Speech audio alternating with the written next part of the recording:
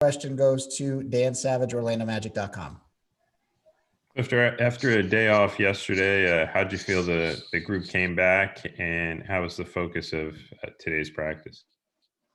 I thought, okay, we struggled a little bit at the beginning. I think as we got into more like the contact parts of it, we did better. And, it was a solid day, not one of our better practices, but, we got a lot done. So, it was, again, solid to me. Josh Robbins, The Athletic. Steve, how much have you communicated to the team that another first round exit isn't good enough anymore, or that the expectations may be higher? I haven't really, to be honest, I always say to them that the NBA is about playoff success. They know how I feel about that. In individual meetings with 4 or 5 of the guys that were here last year, I've let them know that, making the playoffs, is not going to be enough, that, as you have, even relative success, the expectations go up, and that's all fair. That's part of the NBA. But to be honest, Josh, I think that the biggest message right now is, have a good training camp, which I feel like we've had. We've gotten a lot better. And that's how we can put ourselves in a place, hopefully, where we can have playoff success, is playing well and doing the things every day that allow our team to make progress and grow. Philip Rossman-Reich, Orlando Magic Daily. Hey, Coach. As media fans, observers, we only get to see the preseason games before the team actually takes the floor for regular season games.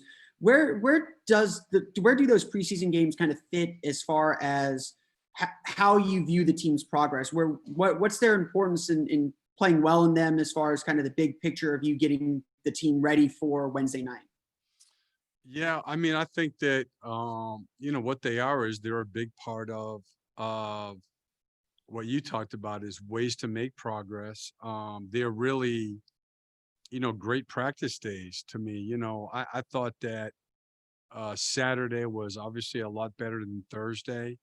Our defense for the first 3 quarters, our defense was very good, and we did a lot of good things offensively. So,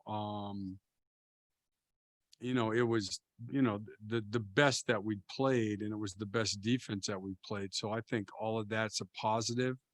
And, normally, say even if you had 6 preseason games, the last couple you would play, with guys playing, regular minutes and try to get to rotations. We didn't get a chance to do that. But looking at the box scores, I don't think many other teams did either. Aaron Goldstone, Orlando Pinstripe Post. Coach, you have Miami Wednesday night. You know them well. They obviously had a really good regular season, and then they just took it to a whole new level in the bubble. For their team, how do you feel like that experience going on that run? What is that going to do for those guys in that team? And what do you, your team, what do you need to prepare for Wednesday? What do you think they do at an elite level, the Miami Heat? Also, the first part for sure, they're going to have a confidence level in knowing that when they play well, they're as good as anyone. So that's a great place to be mentally. And then,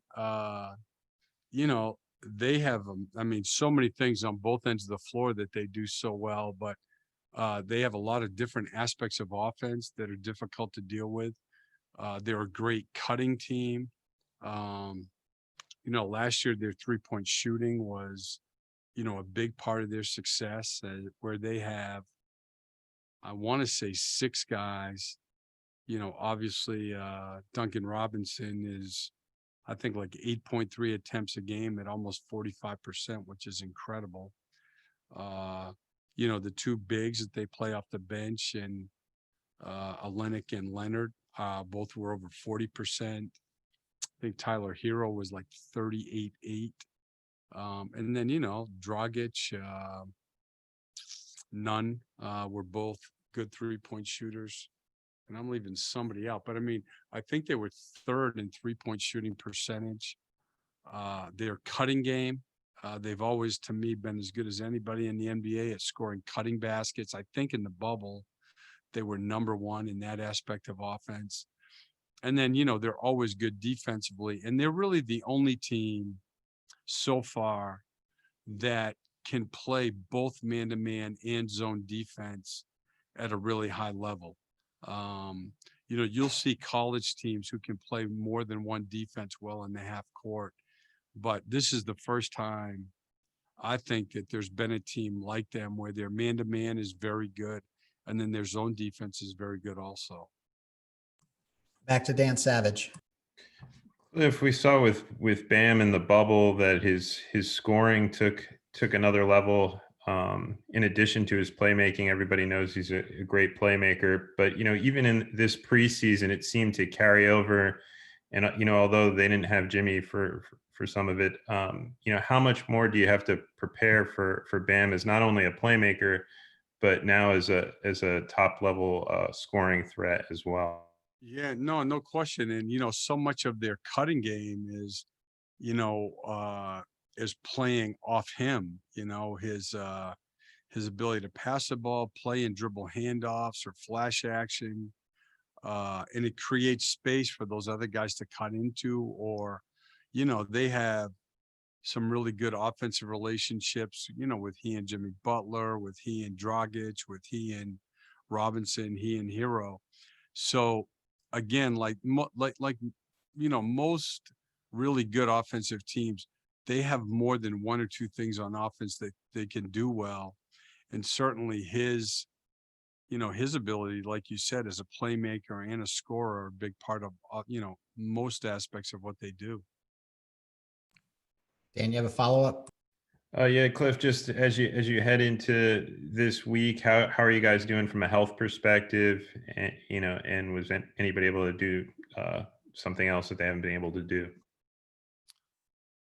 Yeah, I mean, we did a lot of contact today. I mean, everybody participated, and so I mean, I think that we're good health-wise. Anything else for Coach Clifford? Josh Robbins. Just to make sure I'm clear, which, as you know, doesn't always happen.